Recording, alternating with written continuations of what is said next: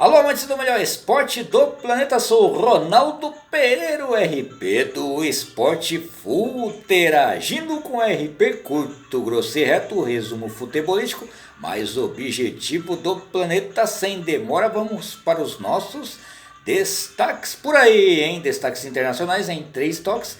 Pela 9ª rodada da Série A Team, a elite italiana teve surpresa na terra da bota, hein?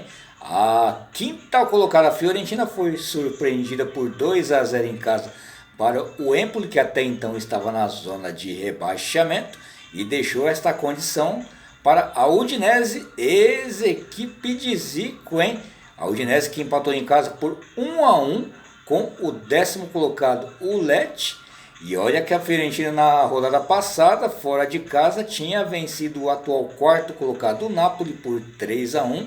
E o Napoli, atual campeão italiano, diga-se passagem, hein? E também nessa rodada na terra da bota teve a derrota em casa do vice-líder Milan, hein? 1-0 em casa para a Juventus, que está na 3ª colocação. E pasmem, né?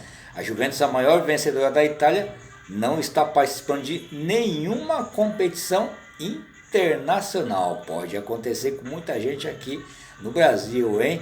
E ainda falando em rossoneiros, pela 3ª rodada da fase de grupos da Champions League, no grupo F, o considerado grupo da morte, tem duelo entre o 3º colocado PSG, né? E o PSG, que é o vice-líder desse grupo, contra o 3º colocado, o Milan, hein? Atenção, apostadores históricos desse confronto. Em 4 jogos houve 2 vitórias do Milan e 2 empates. Nunca o PSG havia ganhado dos rossoneiros, pelo menos até então. E no último confronto 2020 deu empate de 1-1 na terra do referido confronto, duelo que será no Parque dos Príncipes em Paris, hein?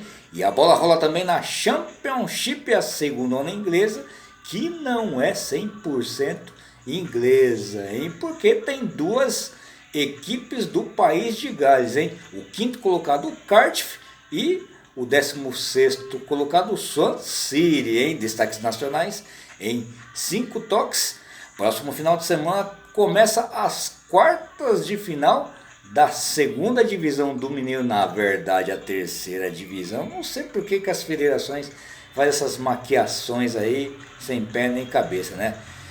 Já que o módulo 2 é considerado a 2ª divisão de Minas. Enfim, vamos à 3ª divisão, que tem equipes que já estiveram na elite mineira, como o Atlético Teófilo Otoni, o Araxá, o Mamoré, o Coimbra, o Guarani de Divinópolis e o Valério Doce, hein? Valendo 2 vagas de acesso, hein?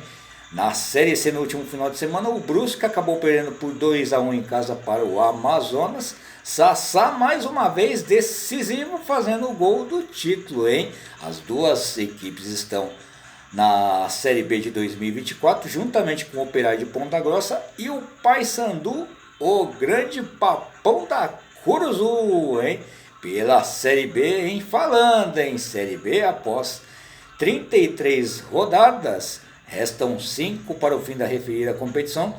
Momentos tensos para os paulistas, hein? Tendo em vista que fora do G4 está o Guarani na 5ª colocação e o Grêmio Novo Horizontino, que diga de passagem, com 2 resultados para quem parece que não está muito afim de subir para a 1ª divisão nacional. Acabou empatando na rodada passada em casa com o Tombense e agora nessa rodada acabou perdendo para o Botafogo de Ribeirão Preto. E pior para a Ponte Preta, hein? Que está na 16ª colocação, no limite da zona do rebaixamento, né? Brigando para não cair e mostrando no futebol nada elegante para o seu torcedor, né?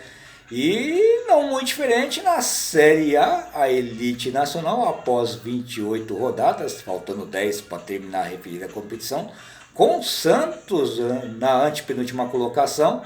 E pasmem, vindo de uma goleada nada elegante, 7-1 lá em Porto Alegre, está na zona do rebaixamento.